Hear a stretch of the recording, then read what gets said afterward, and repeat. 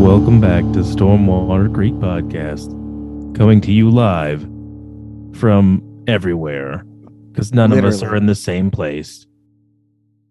We're covering 2 different states. It's pretty cool. I thought you had more. You said covering 2 different states. You kind of let it on like there was more, but you didn't say anything. Well, I mean, I was going to say like 5 different zip codes, but that's kind of evident. Can you do area codes instead? I got different 5 different zip codes. Abe and I have the same area code. Yeah. Do I know James, 5? do y'all have area codes? They're not 10-digit dialing yet. Oh, the alligator ate the phone now, Sha.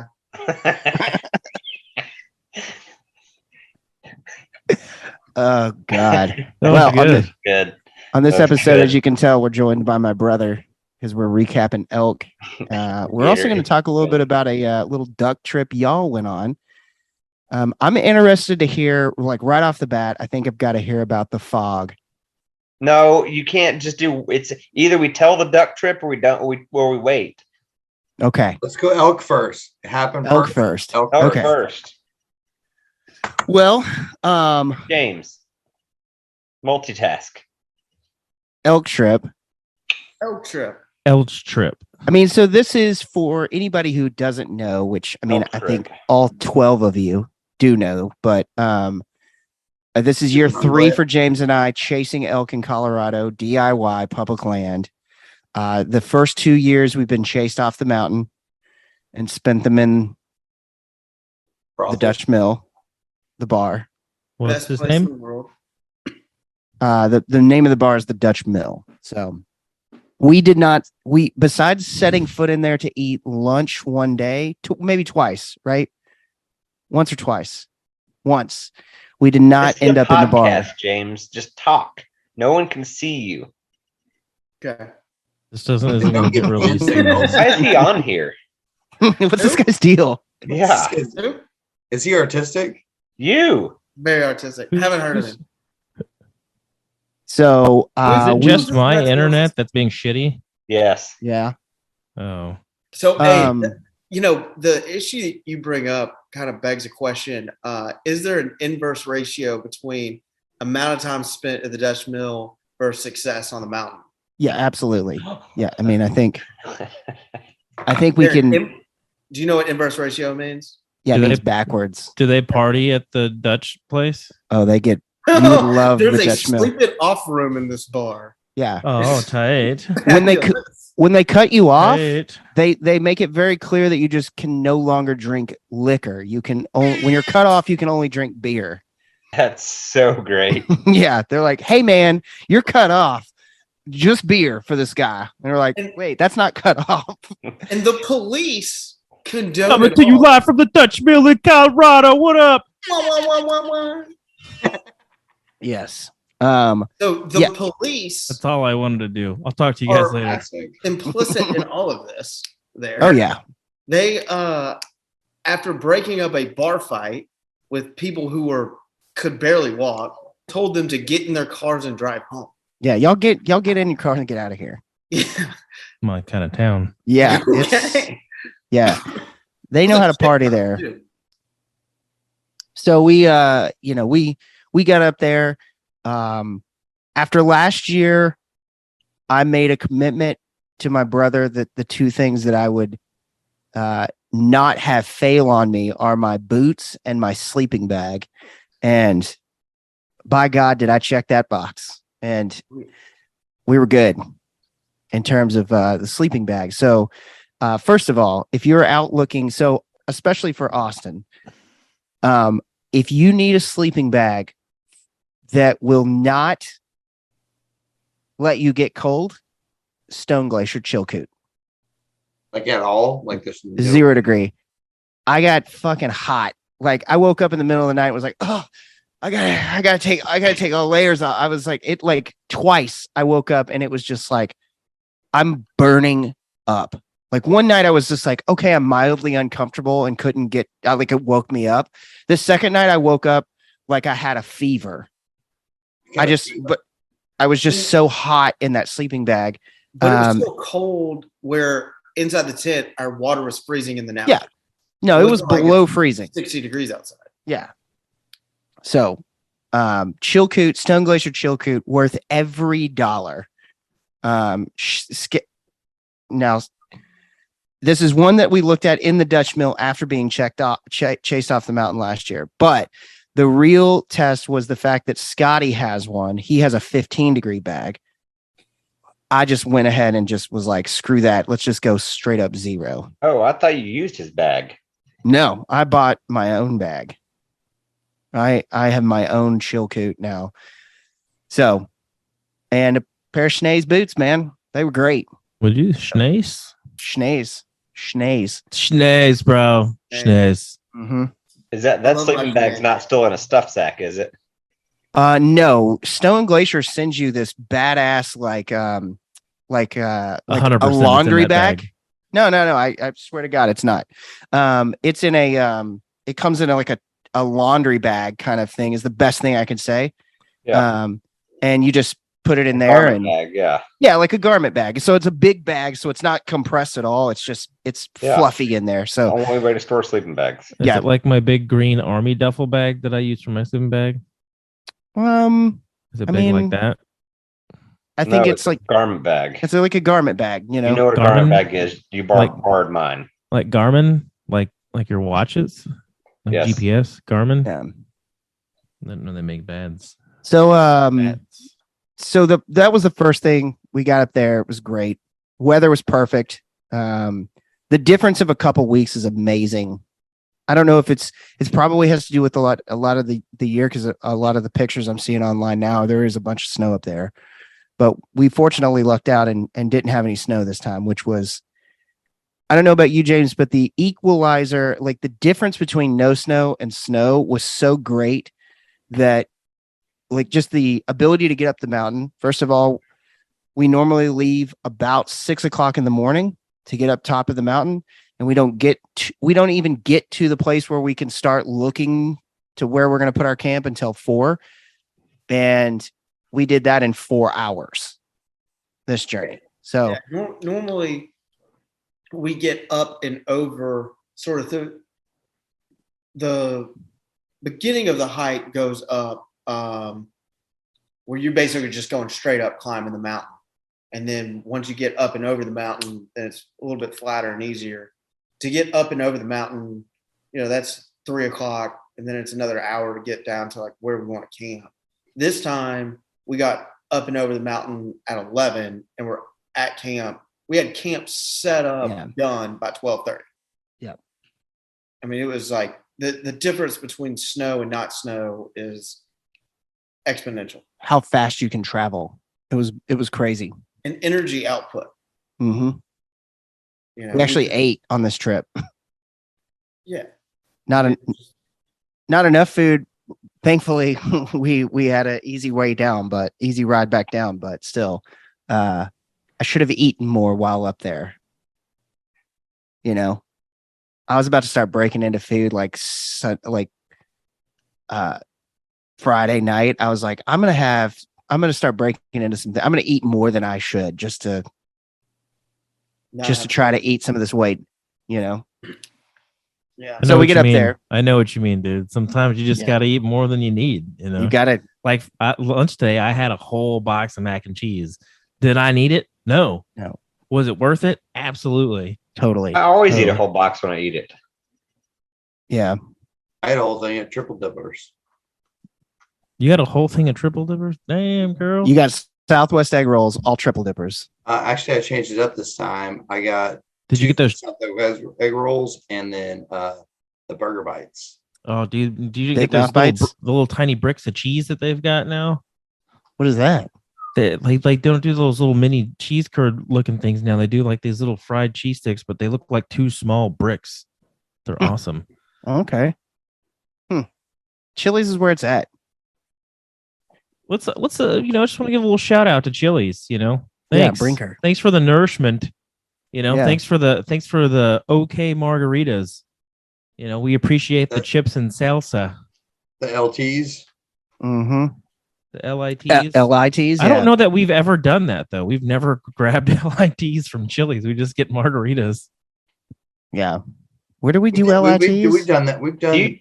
We've done LITs. Yeah. At Chili's? When? Yeah, bro. Well, once at the Roanoke one, Yeah. and then another time at Lubbock Yeah. Yeah, That's yeah, right.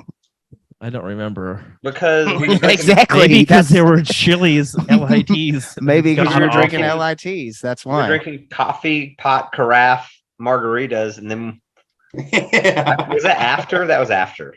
That was after. That was That was after. after. Yeah. You said we were drinking LITs? Yeah. We were drinking LITs at Chili's. Oh, yeah, And then- LITs, huh? Yeah.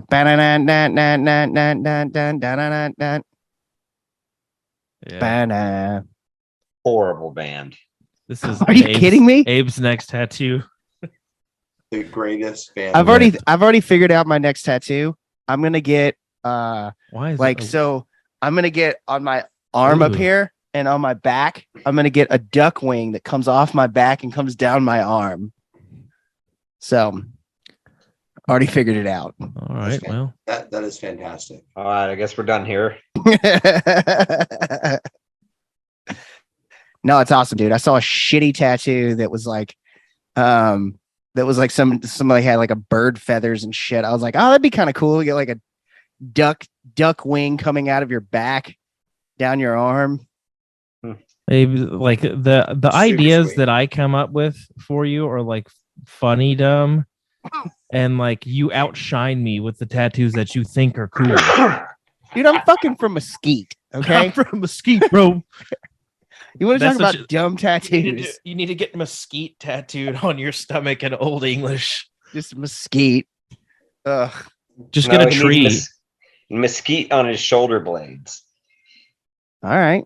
No, mesquite on his belly and Bullman across his shoulder blades. Yeah. Okay. I'll do it.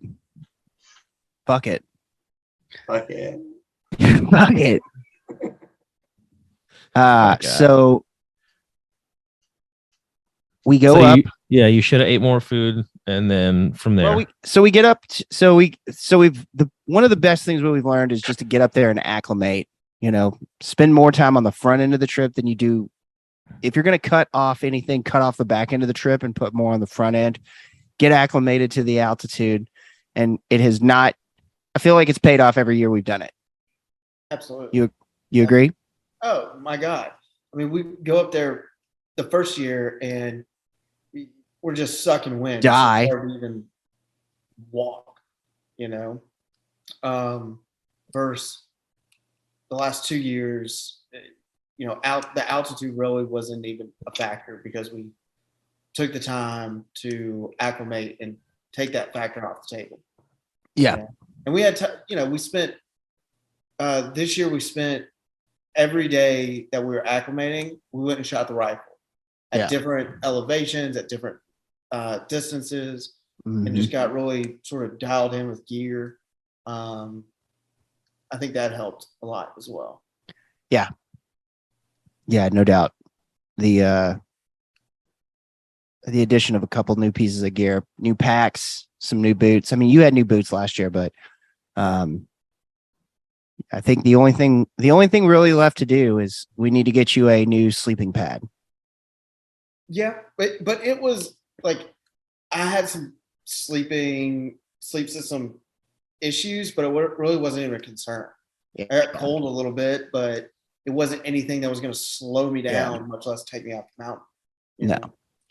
But we need to get you that Thermarest Neo Air is the tits. Yeah, you looked like you had a cot. We set up camp, and like I like put my shit together just a little bit, and then stepped out. And Abe like steps in, puts his shit together, and I come back in the tent, and I swear to God, he brought like a lightweight packable cot. I mean, that shit was like so many inches off the ground. It was ridiculous. That Neo Air it was awesome. And for me being a side sleeper, I never felt the ground one time through that. So yeah, it was worth it. So we leave, what's that, Thursday before the season starts on Saturday. So we get up there. We run into it's always a little weird when you get to the trailhead and it's like, okay, there's a truck there. So you're like, all right. I'd been up the Forest Service Road to where we get to the trailhead is. That's kind of a journey to get up there. That is the worst road I think I've ever been on in my life. It's horrible. I brought my 22 because we've seen grouse there, and I brought it to drive the road, make sure there are no trees down. Do a little road hunting. And do a little road hunting. I saw 2 grouse, but there was a truck at the trailhead. But then when we go back on Thursday, it was a different truck, which was a little bizarre. Yeah. So we head up. We run into that dude. Actually, he had gone up that morning and then come back down, and was like, "Yeah, we're heading back up there."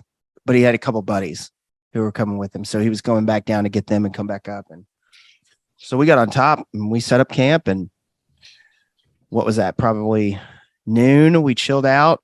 12:30. And then what was that? Probably 1 o'clock. 1 o'clock. We start seeing elk. Mm-hmm. So we're there 30 minutes after setting up. I'm sitting in the tent, just kind of taking a nap, and I just hear James. James is like, I'm going to go take a shit. So he's like going to take a shit. And then I'm like kind of just sitting in the tent, kind of relaxing, laying down. And I just hear him run up. And he's like, there's elk. And I'm like, oh, okay. So we start looking for these elk and then just treated to a show the rest of the evening. Oh, my God. That was one of the best wildlife experiences I've ever seen. But, yeah, I get done taking a heater and, I turn around and, feeling better. Tummy's feeling better. And I look over and I see this calf like on the other side of the valley in this little bowl on the other side, just like bucking and kicking and fucking around, running around. It's like, oh shit, there's a calf. And then like up at the top of that bowl, I see 2 cows. And I was like, oh fuck, it's 1 o'clock. What the hell is this about? So I run downhill to get Avon. We kind of set up, little glassing station there by the tent because we knew where in this valley where the elk like to be. So we're like, let's set up and across from that so we can just have like primo glassing into that. And the wind is directly into our face. Right. The prevailing wind straight into our face. Any downhill thermals is sort of going to wash down and then out. Yeah. Where these elk are. So it was, we should camp exactly there every year we go back. Oh, we'll move to that one little spot that we found. Agree to disagree. It's 80 yards. 80 yards? No, that's 200 yards. Down to that little spot? Yeah. No. But it's down closer to where. So what? Those elk come out. To have a chair to sit in, basically. Ugh, this bitch. We'll talk about this later. That's fine. But at any rate, we saw about maybe an hour after we saw those cows and that calf, we saw, I think the first bull we saw was the 5 point. Yep. Which is the bull that we were able to put a tag on. Spoiler alert. Well. And then maybe 10 minutes after seeing him, we saw a tank of an elk. Just a bruiser. Just with the naked eye across the valley, you see this thing, you're like, holy shit. That's big elk, Like, yeah. He was an elk. He was perfectly symmetrical on each side, 6x6, and his back's just palm out. It was crazy. Yeah. He had some crazy palmation on him. Super dark with light tips. Yeah. He was a beautiful fucking specimen. Crazy bull. He came right into that little bowl that calf was, stood at the base of that, and then a little off to the side of it the entire night as 11 more bulls came into that valley, and he just screamed at them. Wow. And one by one, they would come over, and then as soon as they saw him, they're like, "Fuck this, Oh, cool." we're out." There were It was two. crazy to watch them. There were two. I would have to say at least 330 bulls up there. Minimum. They were monsters. And then just, then the rest of them were, there were a handful of other any of them would have been, were awesome to shoot. But like there were two that were like another level, and then kind of the tier 2 bulls. And that was really it, it was, and then a bunch of cows and some mule deer. Saw a couple mule deer. 2 mule deer bucks fighting. Yep. Watched 2 mule deer bucks fight. Watched 2 elk fight. Yeah, that was freaking sweet. Watched those fights happened within, they were all just like right there. It was like the 15, coolest 20 little minutes of nature each other? TV show you've ever seen. Sitting there like, this is perfect. we saw that big bull that we called Hank. Mm-hmm. He had his 2-3 cows. That was it. All of a sudden, from our side of the valley down to the bottom, there's just pouring cows, just like trotting, running into the bottom of this valley. Like, what the fuck is pushing these cows?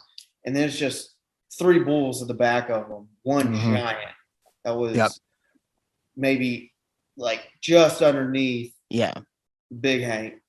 And then it was just a series of bulls that then kind of piled into that valley, trying to peel off.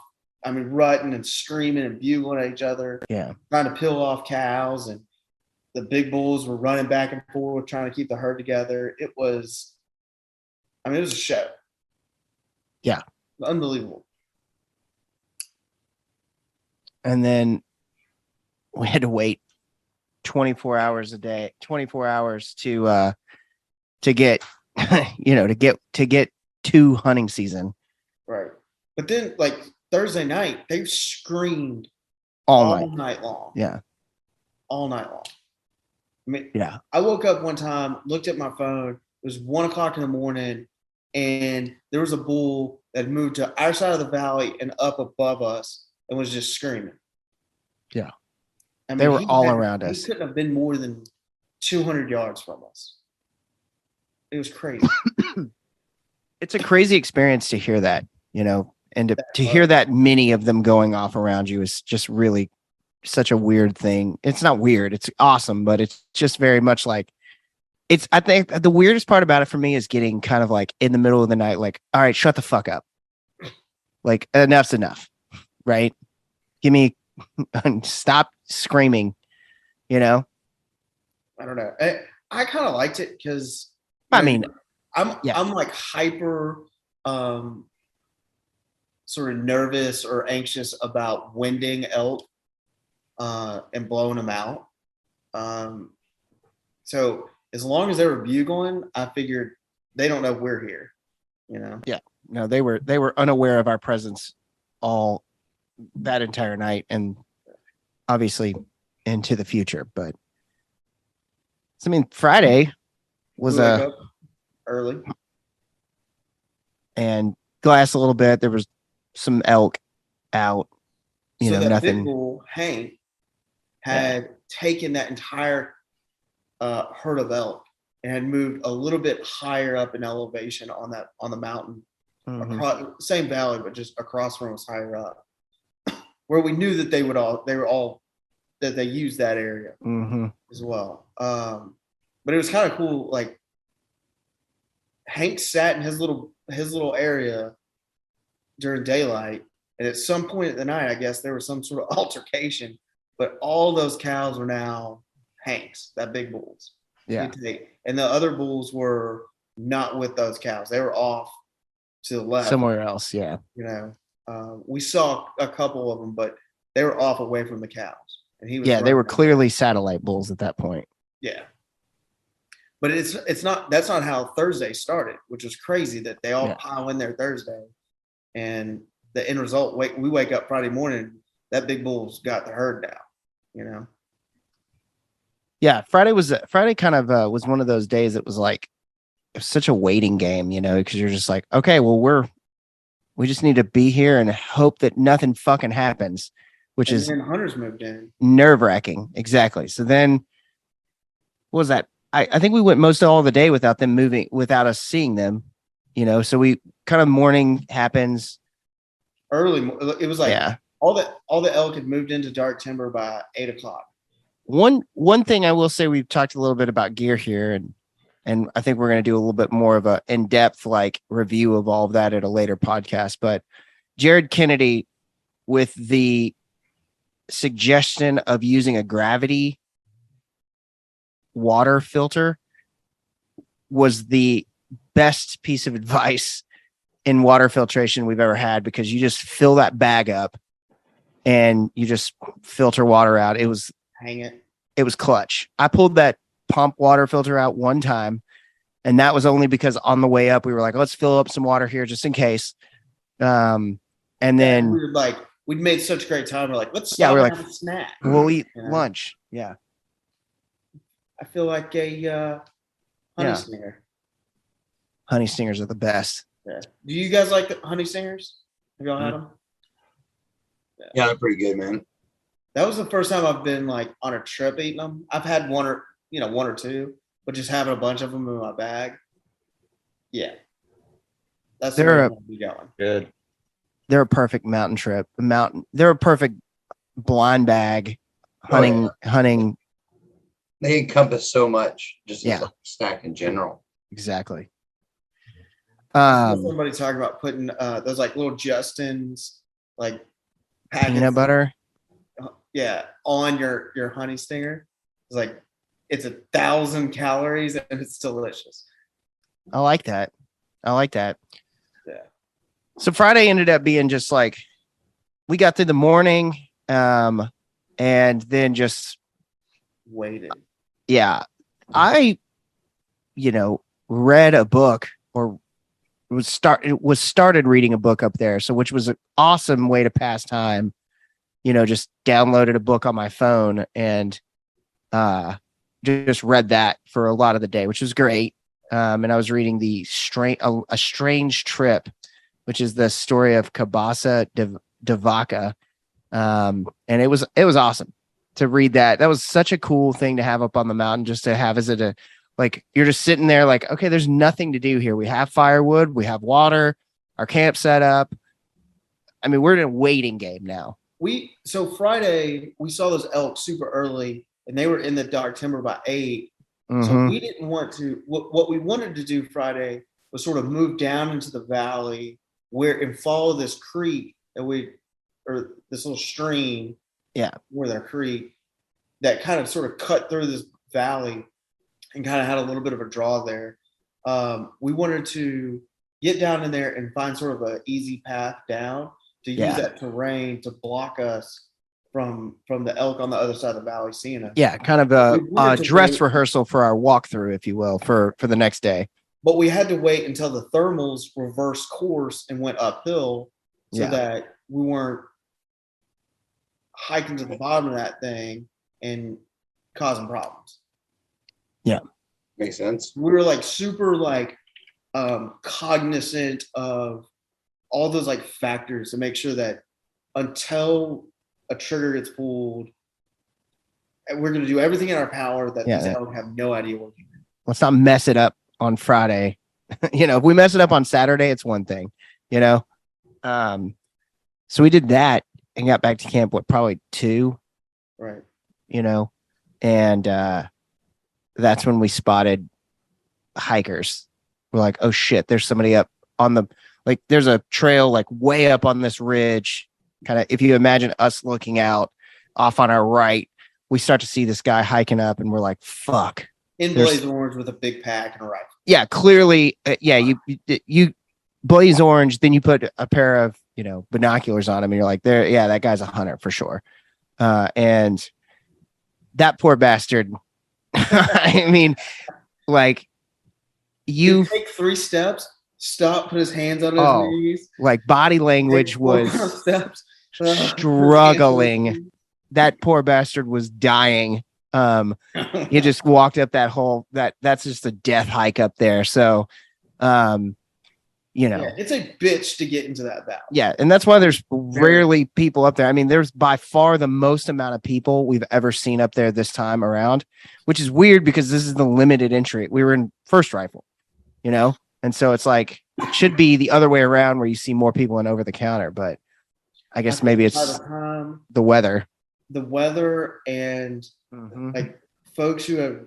My theory is, I could be wrong, that if you've like gone through the effort to put in the application, you get the points. This is now you're a couple years into it, and you draw a tag. You've got a little bit more GER probably. Yeah. And you've got more effort. You got more invested in it versus, oh, I got an over the counter tag. Yeah, fuck it. Let's just grab one and go up there. Right. So we see them, and that really, I feel like that kind of casts a little bit of a pall over our camp. Well, we saw that guy, and then he meets up with this other guy who's sitting Yeah. at Lassen, and they are in the fucking bedroom Yeah. of these elk where that morning we'd seen them. And my thought was, all right, as this sun goes back down on the other side of the valley, their thermals are going to be rushing downhill.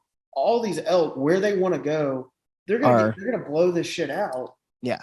They're camped up too close to these elk. Yeah. And where they're at, they couldn't really see into where all these little pockets where the elk were, where we could see them. So we were worried, like, great, these guys just come along, get up on that ridge, and they're on the other side of the valley where the prevailing wind then is blowing their scent into the valley. Versus where we're at, it's blowing it back behind us. Yeah. It goes into a place where nobody's at. Yeah, there's back behind us basically is nothing. I mean, there's really nothing back over there. You're not going to blow anything out there. So that was nerve-wracking.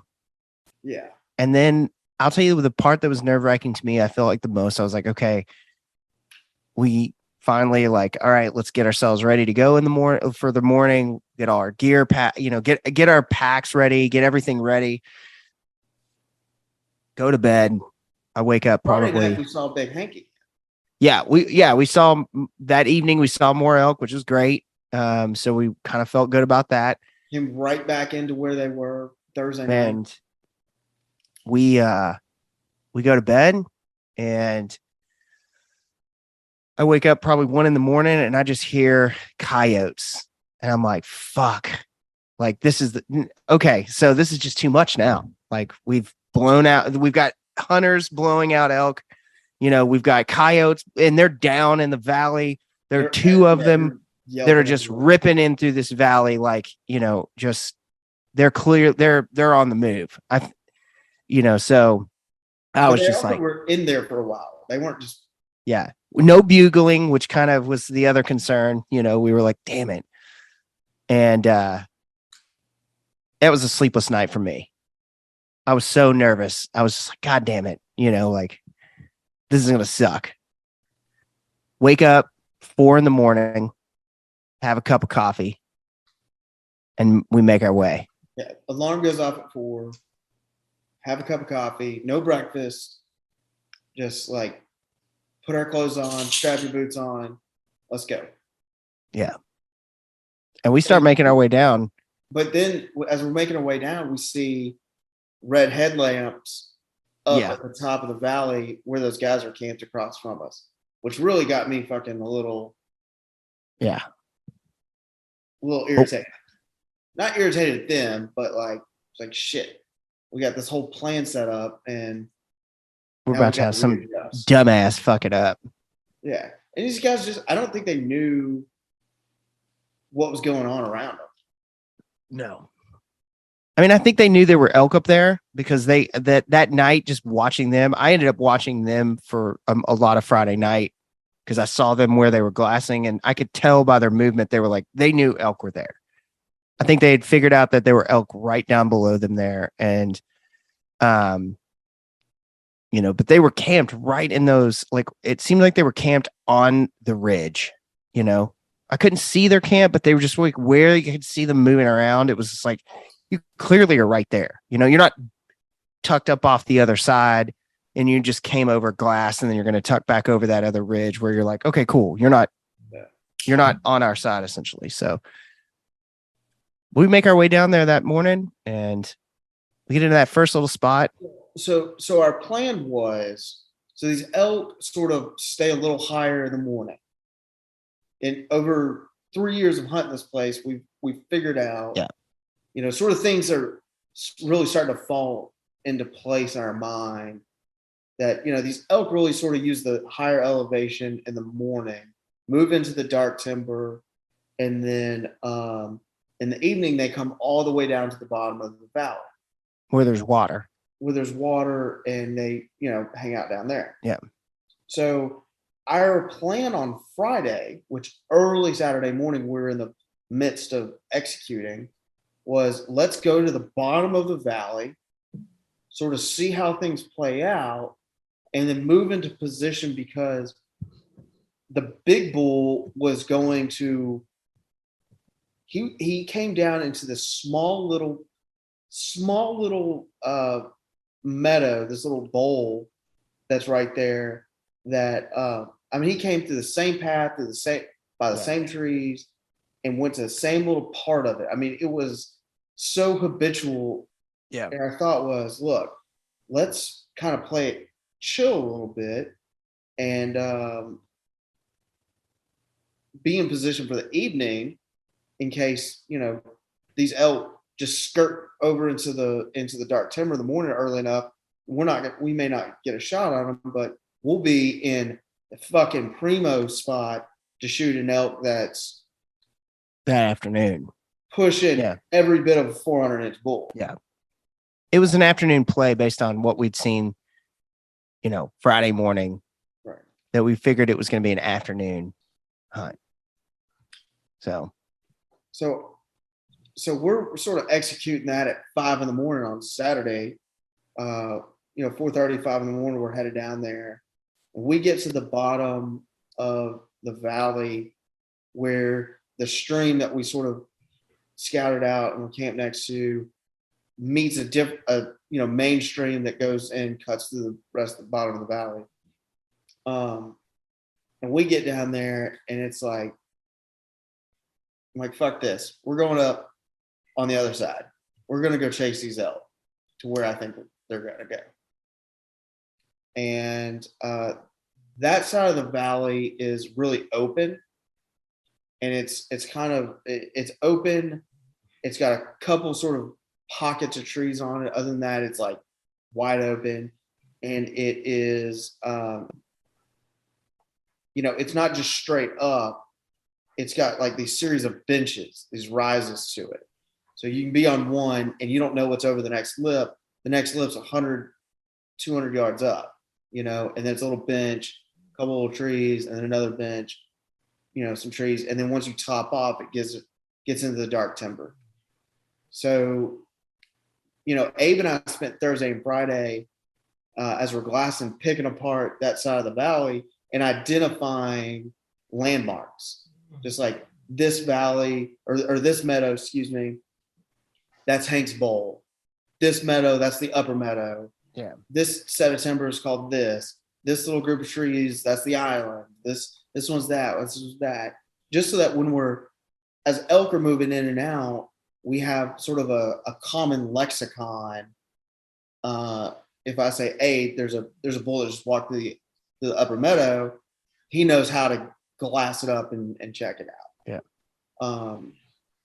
Which I think was a really, like, we didn't do that the last couple of years. No. And I think is a strategy. I think it definitely helped for when we were there. Like as we were making our way up, we kind of knew exactly what we were walking through. And we knew like, okay, we know kind of where we need to go to be where we need to be. And we weren't like figuring it out while we were over there, Right. And we could speak so quickly where It's like, so we were at the bottom. We said, and I tell Abe, look, we're going up to the island. Yeah. And then there was no conversation about, well, what group of trees are we going to? What's this? Where at? It was like instantly everybody knew what That's was where up, we're going. you know. Which again, I mean, I think that's a strategy we gotta just wholeheartedly adopt. Oh, agreed. And that's the way to do it, is to keep yourself like abreast of where everything's at. So we got there, and then like silly names. Yeah. You know, it's just like, let's just get on the same page. Which is also a fun way to kill time, figuring out where you're at, you know, like something to do, because there's a lot of killing time up there. So we got to that little first little area, and we just posted up and put packs down, got ready, and then we started hearing bugling. Yeah, I mean, he was right there. And I'm hearing him walk, I'm hearing him rake, tearing up limbs. But he's right over, there's that next little rise.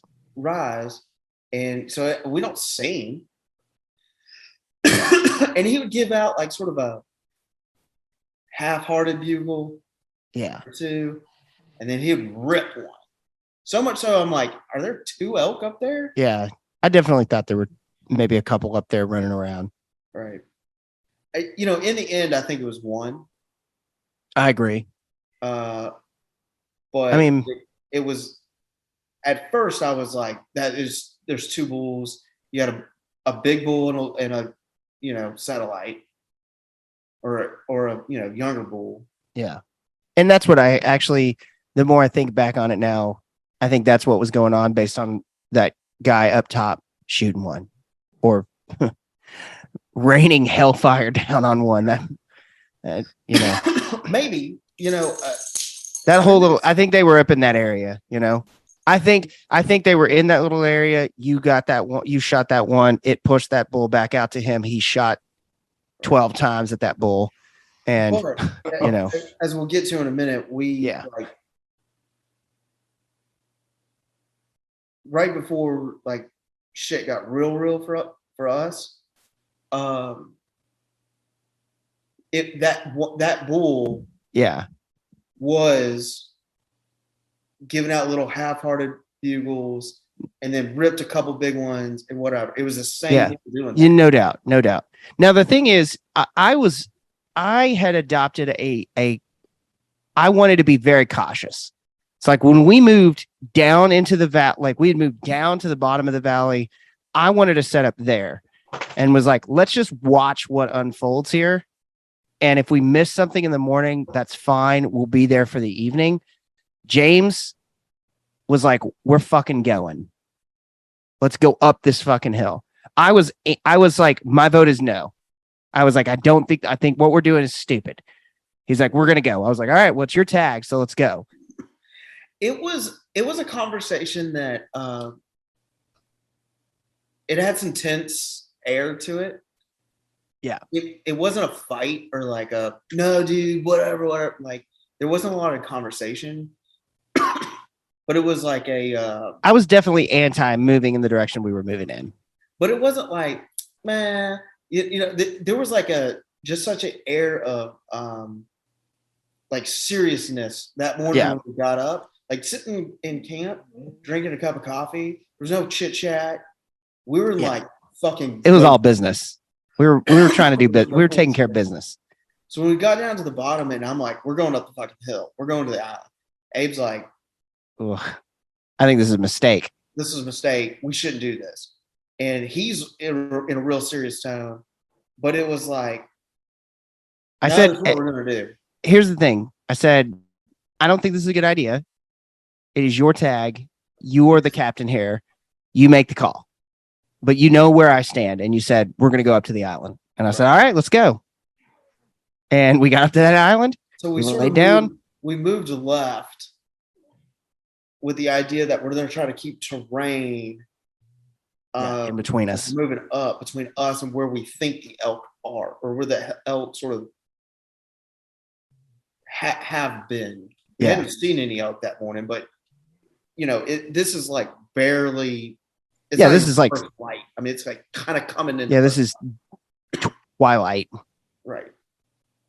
So we get to that first spot, chill out for a minute, and that guy's screaming, and it's like I hear like he's up ahead of us, and then I hear some cows sort of chirping to our right into that timber. That dark timber is on top, and sort of band comes down. yeah. A little bit down the valley, that side of the valley, and we're up sort of in the elbow of that. So that band of timber coming down, there's cows in it. He's up above that, and then we make a decision again. Like, go for it. Like, Abe, I'm sitting there going, do we move up more? And Abe's at that point, I was like, fuck it. We're here. We're here. Fuck it. Just go. Get your shit and go up there. So we identify another set of group of trees up, probably 200-300 yards up. Yeah. And it's like we said before, it's wide open. So we split up. We basically were like, hey, you're gonna go. When you get to a place, you kind of pick your way up. You get to a place where we feel like you're good. You'll signal to me, and then I can come up. So that's what happened. And I well, I want to say this is the way it was from my perspective, right? So you leave and you go up. You get up. You're picking your way. You're going slow. You're doing your thing. Finally, probably 15, 20, like maybe 30 minutes later, you get up to the place where you're at. And you're like, okay, come up. So I then start to kind of go right along your trail.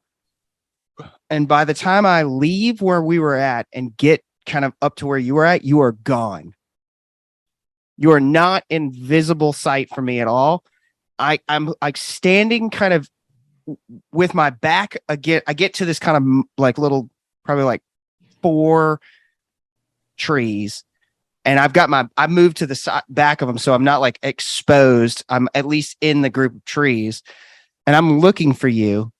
I cannot see you. And I hear a cow call, and I'm like, what the that's clear. That's James. And it was on top of me. So if it was a cow, I would have seen it. Cause I'm in an area where there's no way a cow can hide from me from where I'm at and be calling and be that loud. So I'm like, that's clearly James. And I'm like, there's no way this motherfucker is cow calling to me to signal to me. He's seeing, there's something going on wherever he's at 40 yards, 50 yards in front of me. He's got something cooking.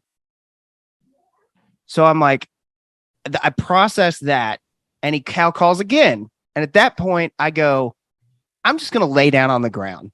And so I just lay down on the ground, pack on everything. I just lay down on the ground flat, and I'm just laying there, and I hear him cow call again. And then boom. And I'll let you pick up what happened from your perspective from there. So I get up to where I sort of wanted to be, and I stop, and I'm like, I got to get my heartbeat and my breathing back down to like a baseline. And because I knew if that bull that we heard when we were just a little bit further down the ridge he had to be right there in those trees. So like, I need to be able to have my shit together when I get up and get around these trees. And my idea was, I'm going to get up, get around these trees, sort of make an assessment, but probably like sit there and wait for Abe to get to me.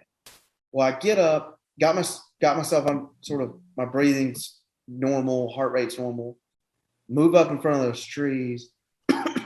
And that's when I hear that bull give this little half-hearted bugle. I'm like, fuck, he is right there. So I lay my pack down on the ground. I knew, like, I was in a like state of flow. Like, I'm not like it was just like a different mindset, that we've all been when and hunting. And I'm like, lay my pack down. I'm like, no, I need to move it forward more so I have more leg room. I mean, I'm just like, just got my shit together. And up there where I'm at, there was a big opening. Of course, I'm looking uphill. There's a big opening. There's a group of trees, another opening, and some more timber. And where I've moved up is starting to mix into where the darker timber is starting to, top off and roll into. So I hear him bugle. So I lay down and I'm like, I got to choose which lane I want to shoot at. It's one of these two lanes, the big one or the smaller one to my left. And I just sort of bet the kitchen sink, and I can only set up at one of them effectively. So I'll bet the kitchen sink that's going to be the big one. Set up, put my crosshair sort of at the top of that, just looking like, all right, I don't have anything weird going on.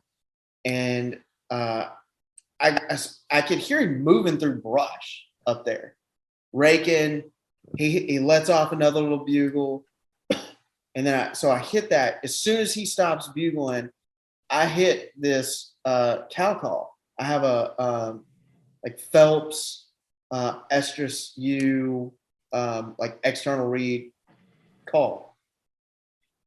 Hit that cow call, and he like glunks. And I try to hit the cow call a second time, but I'm so thirsty. I hadn't drank. This is probably 7:30 in the morning. We've been going since 4:30. I had that cup of coffee in the morning. I hadn't even taken a sip of water. I have like no liquid. You got the old cotton mouth. Fucking cotton mouth to the hilt. And I don't make an elk sound at first. I kind of like struggle one out. Kind of give it a second, and then I hit it a third time, and as soon as I hit it a third time, I see that elk. I see his like back half of the elk, the bull, his ass and sort of his back half moving right, left or right. So I just sit down on my scope, and he comes right where I was aiming. I mean, there was probably a 100-yard wide opening, and he comes right where my scope was in the middle of it, and just stands up at the top of this thing like he's King Dick of the mountain, looking for that cow. And the third one, the first cow call I hit, I just did like a mew, just a little mew. The last one I put like some wine into it and kind of got a little fancy with it. And he comes. There's some wop over here. Yeah. I'm just thinking, I'm like, all right, I don't know. It's just what happened. It wasn't even a lot of thought. So he stands there, and my first thought is, that's a bull. And I just like had the crosshairs. He's facing his a perfect shot at it at the front. And the first thing I thought was, that's a bull, aim higher, boom. And it was just so smooth. And I see his I don't really see his body, but I just remember seeing his antlers sort of going parallel to the ground. And then he's gone from my view. Like through the scope and through my field of view, I see no elk. And like I instantly knew, because his head obviously then is parallel to the ground, that I hit it. And I mean, as y'all know, like when you hit something, you know the sound, And I shot it, and I was like, oh shit, I knocked it down at least. Yeah. And then it was like, where's Abe? Yeah, he stands up, and I waved Abe up when he starts coming, and then I'm like, all right, I'm gonna get my breathing under control. I'm gonna move in and sort of get set up, and then all of a sudden, like I just forgot about Abe, and I'm hunting this people up. do all the time. I'm just like, holy shit, this is the situation. You Yeah, know? I mean, I just saw you after you shot, you stand up and you're just like, I couldn't tell if it was extreme enjoy, like extreme excitement or extreme disappointment. It was. I was just like, either he hit this thing or he missed it.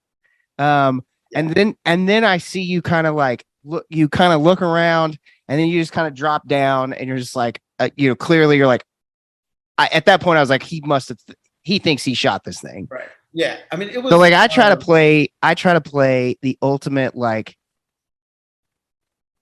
sidekick here, and so I come up to you, and I'm just like, okay, you shot an elk. Where did you shoot? What happened?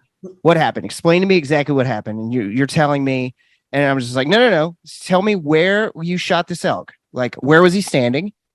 Okay. Where did you shoot him? Okay, I shot him right here. Okay. And by the way, the other thing I did, which was I think a pro move, was I just immediately set a timer for 30 minutes on my phone. Yeah. So instead of being like, oh, it's 7:30 and I will go in 30 minutes, I was like, put a 30-minute timer on the phone and just put the phone down, and then there's no question. Like, so I was like, okay, where did you shoot him? And where did you shoot him? Like, at what location did you shoot him? What position on his body did you shoot him? And when he told me he took a frontal shot, my heart sank. I was like, oh shit! Not excited for a moment in any of this. No, I was not at all. Like, mildly irritated. I agree. Yeah, no, I was just like, no. Until we put our fucking hands on this thing, I don't give a shit. Like, tell me again. Where did you shoot him? Where at? Where? And I mean, it was like, I shot him right there. I shot him right here. And I watched his antlers tip over. But we can't see him. And I'm like, we're not moving for 30 fucking minutes. So we're sitting there, and it's just like, that is the longest 30. You're just like, God damn it. So finally, it's like, okay. But we also turn around, and what do we see on the? Oh, that was the best. That you're right. That was the best part. We turn around and look back to the side of the valley where we had camped, and there were 3 sets groups of hunters who were just watching. That's all they could have been doing. We're watching us kill that elk. And they must have, from where they were at, there's no doubt they knew exactly that, oh, that's done. Because I look back, they're visible to us, obviously, because they're in Hunter's Orange. I watched one of them just walk off. One group just walk off. They just walked off, and clearly were like, "Well, this valley's done." It was like, from a distance without glass, it was the most dejected looking. Yeah, you were like, "Oh, these people are like, fuck," like, damn it. Which boded well, because clearly, if that's the way they feel, they saw something either went really well for us or has gone horribly wrong. And so, the alarm, we get like 2 minutes left. And at this point, James is like, let's just go. And I'm like, okay, fair enough. 2 minutes. We're fine here. Let's go. So we walk up, and we walk right across the top of that, and boom, he was laying just antlers. And you're like, oh, thank fucking God. Yeah. The first thing I thought was like, thank God. And the next thing I thought was, let's count these points just to make sure. Yeah, no, that was the other thing that was just like, holy shit, is he legal? 5. Yay. Yay, we were good. What's legal? 4 points. 4 on one side. Yeah. So that bull did not take a single step besides falling down. And I had to take a little pee break, so I stepped away for a second. Did you explain that you shot him with a 6.5 Creedmoor? No. Yeah. So a 6.5 Creedmoor dropped that elk where he stood with a frontal shot. How many yards? 156 yards. Yeah, 156 yards. From the tree that my feet were basically at the base of when I'm laying prone. Right. When we went up to the elk, I stood with my heels to his body and ranged that tree. It was 156 yards. So not a long shot at all. So then, as they say, the real work started. Yep. Where I shot him basically right where his neck and chest come together, but because it was uphill, it went up and hit him in the spinal cord. Yeah. So it hit. like hit him perfectly in the center of his neck, and he was, if it didn't hit spinal cord, he was gonna die. Yeah. But it He hit didn't. spinal cord and It did not appear that he was done. He died. There was no disturbed ground where he was like kicking or trying to like. It wasn't like he was like fuck trying to get back up. He was done. It looked like he was a one just boom done. Good kill shot. Yeah, good solid kill shot. We cut that fucker up, which took until we got what that was probably like shot him about 7:30, 7:45. Right. 8:00 when we got up there. 8:00 when we got to him. We were done cutting him up and hung up in a tree by 12:30. And just forearms and thumb, everything's just seized up. yeah. Dude, that was I've had like my thumb, like I've cut an elk up before. I took a lot longer to do it because I was doing it by myself, obviously, but like at one point I couldn't. Let's take a moment. Kudos to that shit, because that's a fucking pain in the ass. Cutting an elk up. Cutting up an animal that big. And I could not have, like, I guess I could have done it, but goddamn, would I have been like, it's a chore. Holy oh my god. It's a do chore. it by yourself? Oh my trying god. to get those guts out by yourself is now I killed a cow, which is easier to deal with than the dick and balls, but still just like such a pain in the ass to try to get those guts out of there because it's such a big gut pile. I mean, with a whitetail, it's just like rip, you're just like rip that shit out of there and it's done. But got that thing Also, cut up. Like having somebody to hold a leg up while you're underneath it cutting and shit. I still think the best thing we did on that trip was thankfully the lodge we stay at and acclimate at is they share basically an office space, if you can imagine.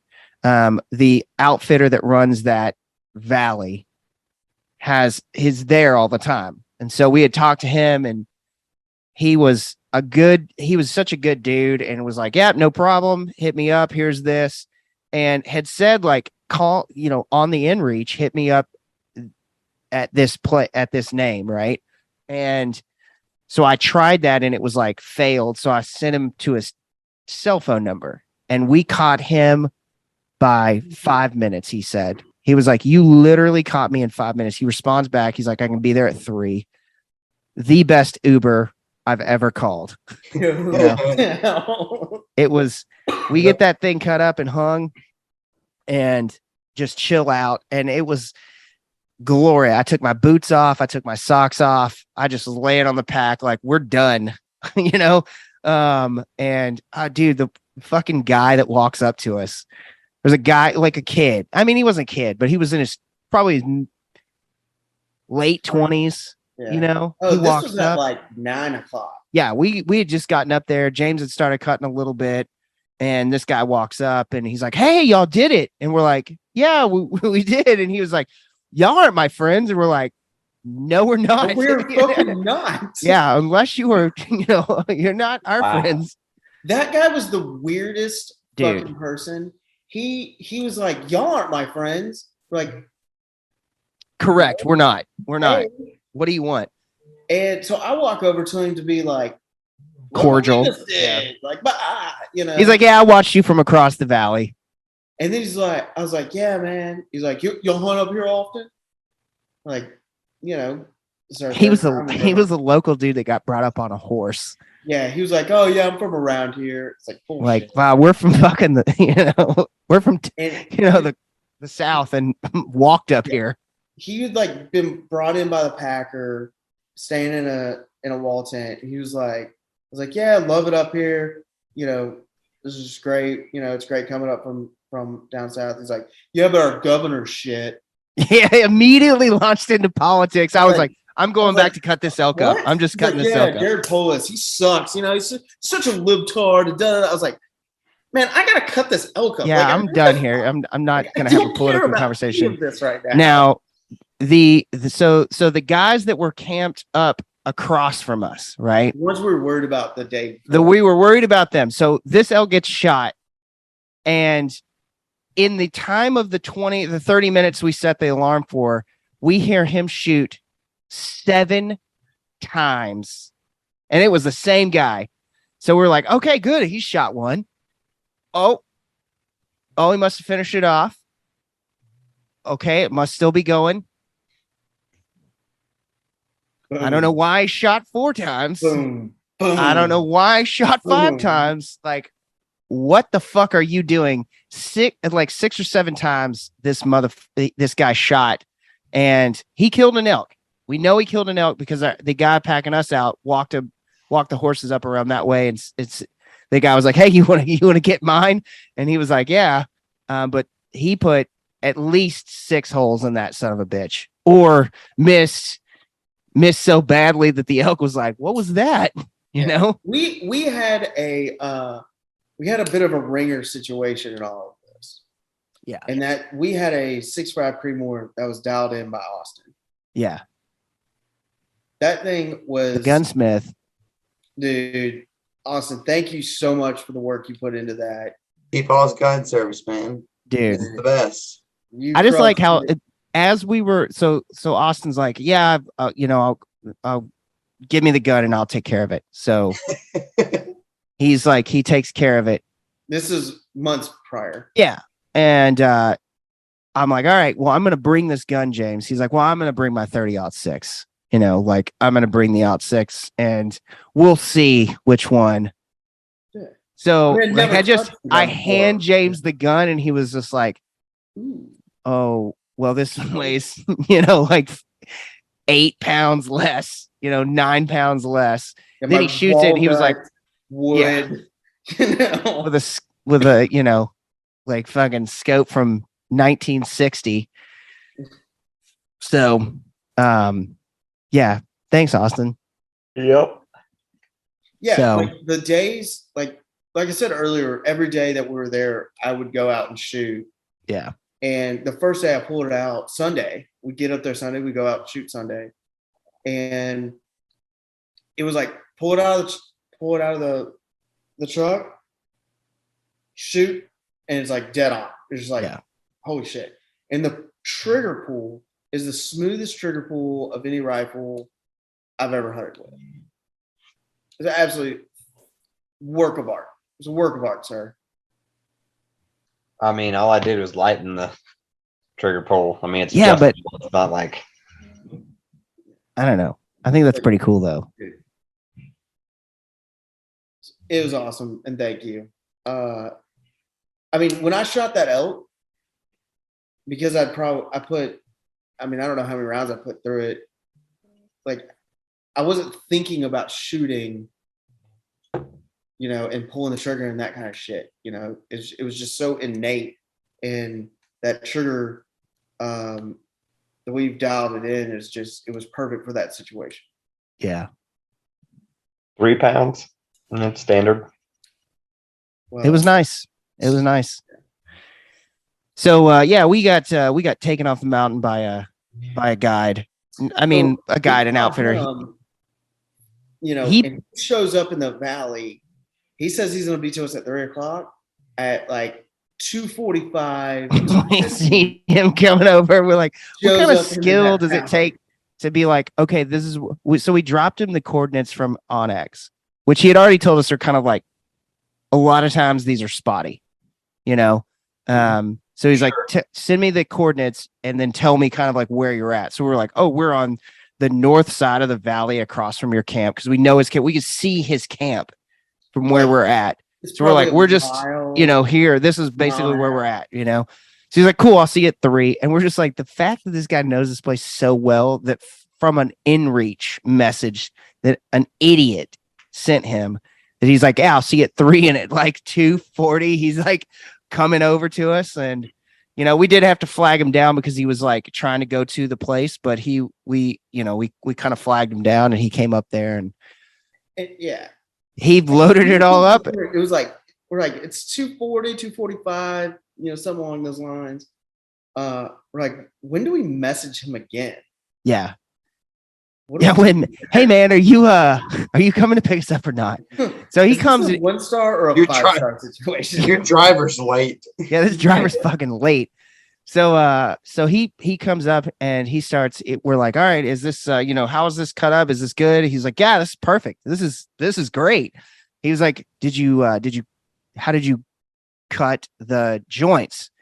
We're like, well, we took them apart at the knuckle, and he was just like, oh, that's even better. Thank you. You didn't saw him? Yeah, he was just like, we were like, could we done anything better? He was like, no. He was like, so we're like, all right, we're gonna go to our camp. We're gonna load up, and we will, if you want to, like, just meet us down at the truck, whatever. He's like, no, I'll meet you over at your camp.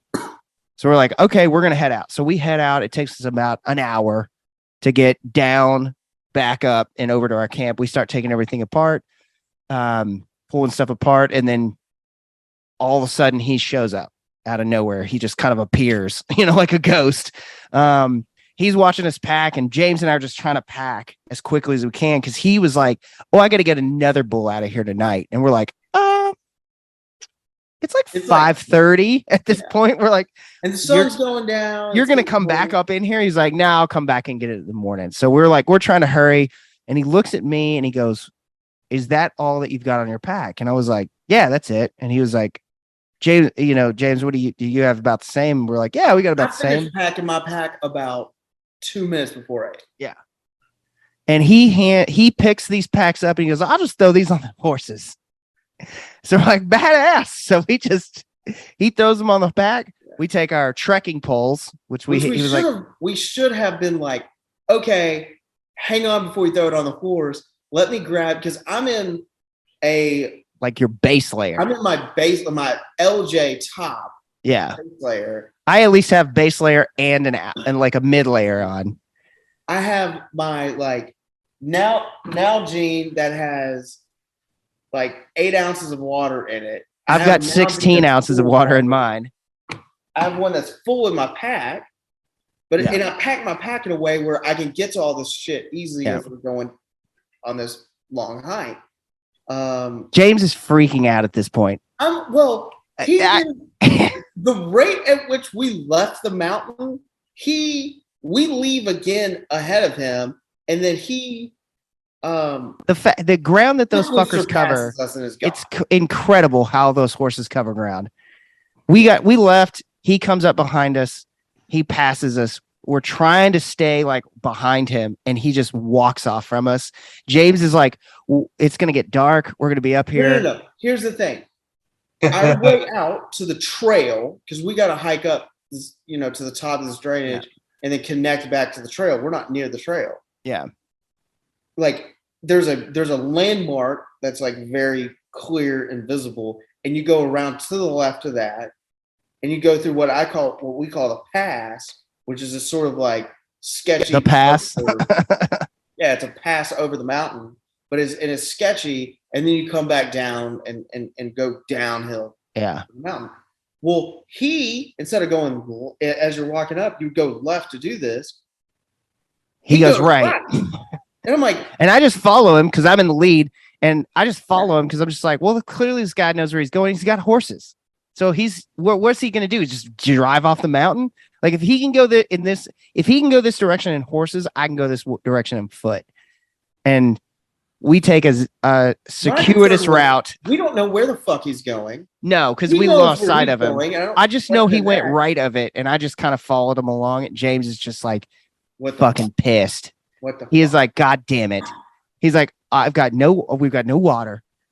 You've got a mid layer on. And I'm like, dude, we're gonna be down off this mountain in 45 minutes. So it's just as normal. You're coming off of a mountain, coming down is so much easier. We get down to the bottom and we get to the truck. We only were behind him by 20 minutes, which I thought was I was like, how long have you been here? He's like, I don't know, 20 minutes. I was like, all right, that ain't bad. We get there, and thankfully the Garmin InReach is the money to be able to communicate out, because we had told James's wife, go fucking book us, call the lodge we stay at and book us a room so we can just go right down to it. And of course we get down there, we burn into town, and we're let's try to get some booze. Let's try to get some dinner, ice. We needed ice. And Yeah, because it's now nothing is open it's on a now, like, Saturday. On a Saturday, 9:30, 10 o'clock. yeah, we were like, there's just gonna be a gas station open. I had a honey stinger that day. Yeah. Yeah. So we were back in Houston on Monday. Yeah, It was great. And then you got fucking Dickie we'll get there. and you fucking learned a valuable lesson about. So we get back Monday. We had talked on the way down about like, okay, you're gonna stay and you'll go home on Wednesday. And that was the plan that I thought we had agreed Tuesday, upon. maybe Wednesday. That night, sitting in my living room, you were like, I'm gonna go home on Wednesday.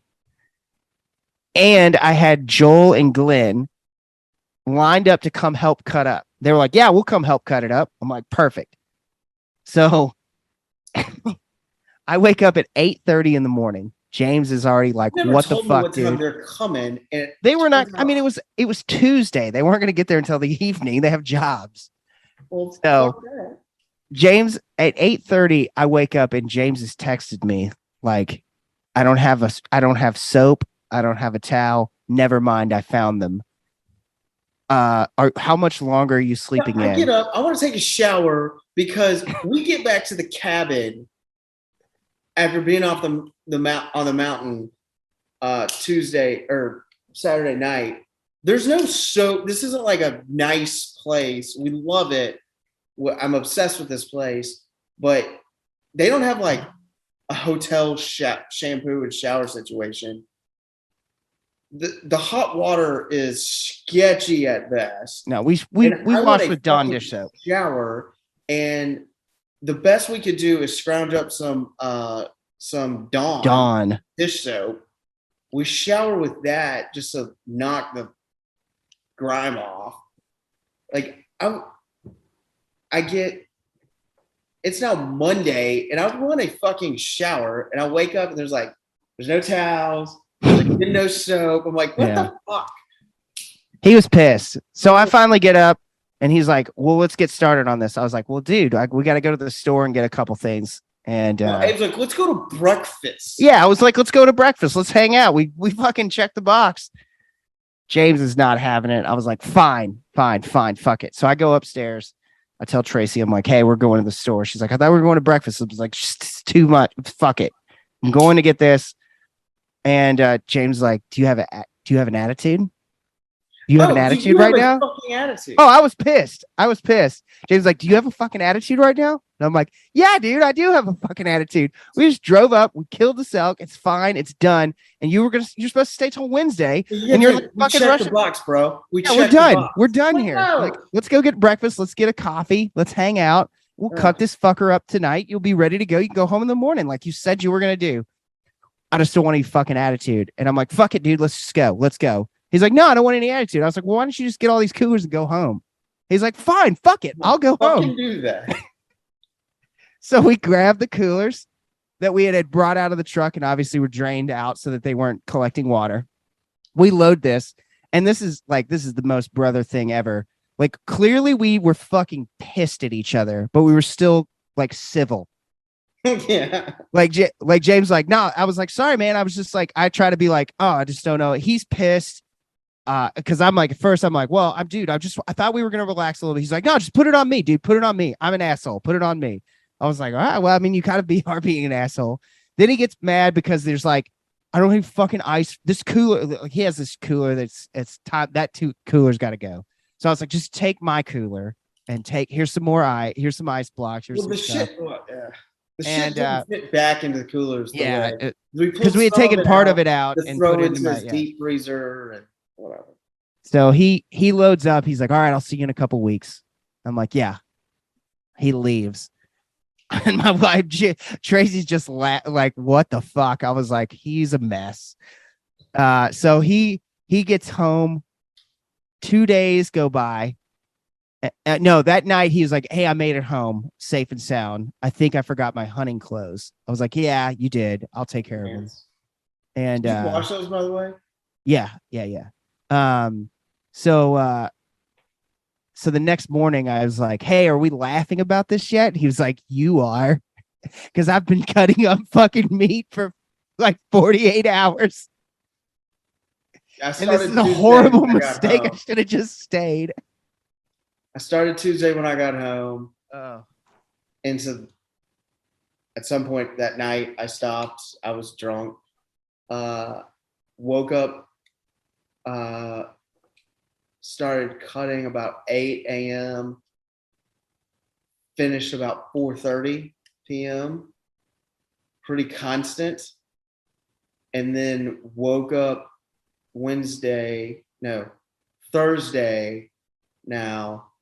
And part of Wednesday, I took the head to the taxidermist. I took the two front shoulders to Use the Austin Pro move, which I told him, I was like, dude, if you're gonna take it into process, just take the front two shoulders and get them processed at and that's it. You know. I mean, it's different on an elk for sure. Whitetail, they're just such a pain to cut the meat off of. Yep. Yeah. I'm really glad I did that because there's a lot of elk meat in my house right now. It's unbelievable. Yeah. So So that was it. Thursday, I finished at like noon, 1 o'clock. So if you just would have stayed, you'd have been done. But it got put up exactly how I want it. Yeah. You know. No, I get it. It's just, I just thought it was funny that it was like, I fucked up. I fucked up. Yeah. They're big animals. They're big animals. I wanted to be home. And No, I get it, dude. I didn't want like a bunch of bitching and whining and complaining. I want to go do some shit. Get after I get it. I get it. I get it. You did it. You did it. And I fucked up. One more day would have been fine. So, well, that's the elk story. We are planning on doing a little bit of a idiot's guide to elk hunting series where the two of us or the crew here kind of talks about the things we've learned from being no elk hunters to getting a couple elk down on the ground now. So make sure you subscribe to the podcast so you can watch that. And tune in quick. Training, gear that rocked, gear that things sucks. Things you need, things you don't need. Food. I think training is a big thing we're going to talk about. So we're going to have that. So learning how to hunt in the mountains versus the piney woods. Yeah. So. And I'm excited to hear in the very near future a pretty solid duck adventure that the other guys went on. There's a pretty harrowing tale of fog that I can't wait to hear about. I want to hear this. It's pretty awesome. You'll have to tune in, James. Okay. Subscribe to the podcast. I am a subscriber and a listener. Yeah. Well, it is the eve of duck season down here on the South Zone. Well, not the eve, 2 days before the duck zone opener, South duck zone opener. So by the time you're listening to this, it will be duck season. So I hope all of you have killed some ducks or planning on going and killing some ducks. So what do you guys think? How much longer until you guys come? Jordan, we're going to invite you one of these times. Austin's been invited. He won't come. We just don't invite. Yeah, I've been waiting for the invitation and no one's ever invited me. Yeah. I'm always asking. Don't fall for this. This is his bit. This is not my fuck. No, this is Jordan's bit. Okay, He always acts like he's never invited. Okay, it's bad. No, it's like, no, I want him on this trip. I asked about it 3 years in a row now. It's fun. You're the two. You two are the ones that need to come with us on the next time. So when are we doing it? Next time. You'll never get an answer out of them. Austin. Next time. So, He won't commit either. You know what I want to do after Abe's bull next year, hopefully, is a mule deer hunt in the Frank Church. Which I'm all about. It sounds like a plan. I've Let's already go. started putting logistics together. 2024. Good. Like getting 2024, flown into the Freight middle of Church. it on Dude. Bush Line. Let's go. Let's go. Yeah. Let's do it. And then I want to fly in. We could have 150 pounds of gear. And Total? per person. Oh, per person. Per person. That's And, easy. How cool would it be to have blow up rafts and we raft out and Jeff Bynum picks us up? Jeff Bynum's going to be with us. Mini jet boat. Mini jet boat. I like it. I like it. I like it. Yeah. They don't understand, Jordan. I know. Mini jet boat is the way to hunt. I've nowadays. seen the mini jet boat. I love it. I think it's badass. Let's go. It's what's Get up. one. Get one. You do it. Be somebody. I've already got a boat. You've got a boat. Jared needs to get a fucking jet boat. All of us have boats except for Jared. So Jared needs to get a jet boat. I don't have a boat. I have Or a your canoe. brother. Your brother needs to get a mini jet boat. James, you get a jet boat. No, Why not? because I have a friend with a boat. It's even better. Not really. Not a mini jet boat, Yeah, you don't have a friend with a mini jet boat. which are the bee's knees. I don't know what this is. We know. Google it. Google it. Because you would have a whole different attitude right now if you knew. Exactly. For sure. Exactly. Since attitudes are your thing. Hoo-hoo. Sick bird. Sick bird. Well, Z. if you want to find out about this attitude, drive to Baton Rouge right now and wrestle me in the backyard. Yeah, Good. come on. Let's go. I'll probably be there on the 14th. Yeah, I'll be That's here. right. I looked on the website for Montucky today. No place with beer. It hasn't Oh, released I yet. get it. Trust me. As the rep, you should know. I ask every place I go to. Ask for the Montucky. Abe, are you bringing Montucky tomorrow? Sure. Great. They're delicious. Oh, I will. I mean, I'll stop at HEB and get them. Yeah, be somebody. Where else can you get them, Austin? Anywhere you want. No. Anywhere they sell spirits. Well, we appreciate all of you listening to this podcast. It is well past all of our bedtimes, and I'm sleepy. yes, it is bedtime. The unfortunately the Eagles beat the Texans, which sucks for us, and I'm not sure if the Astros have won. So sports balls, see, sports podcast, Astros are up 3-1 in the bottom of the 8th. tight. Oh, that's awesome. You know what's funny is I've had it pulled up also. Good for you.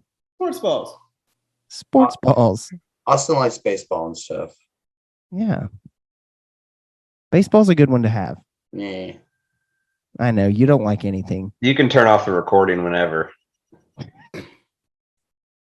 All right. Thanks everybody for listening to the podcast.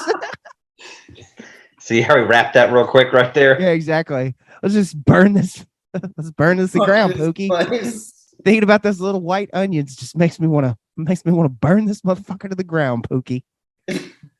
All right. Well, thanks for listening, everybody. Subscribe. Follow us for more, content and whatnot. Hugh Brayley. Stormwater Creek is the best. Grinch, the captain. Abe, the helper. Jordan, the problem solver. I hope you like Stormwater Creek. Stormwater Creek.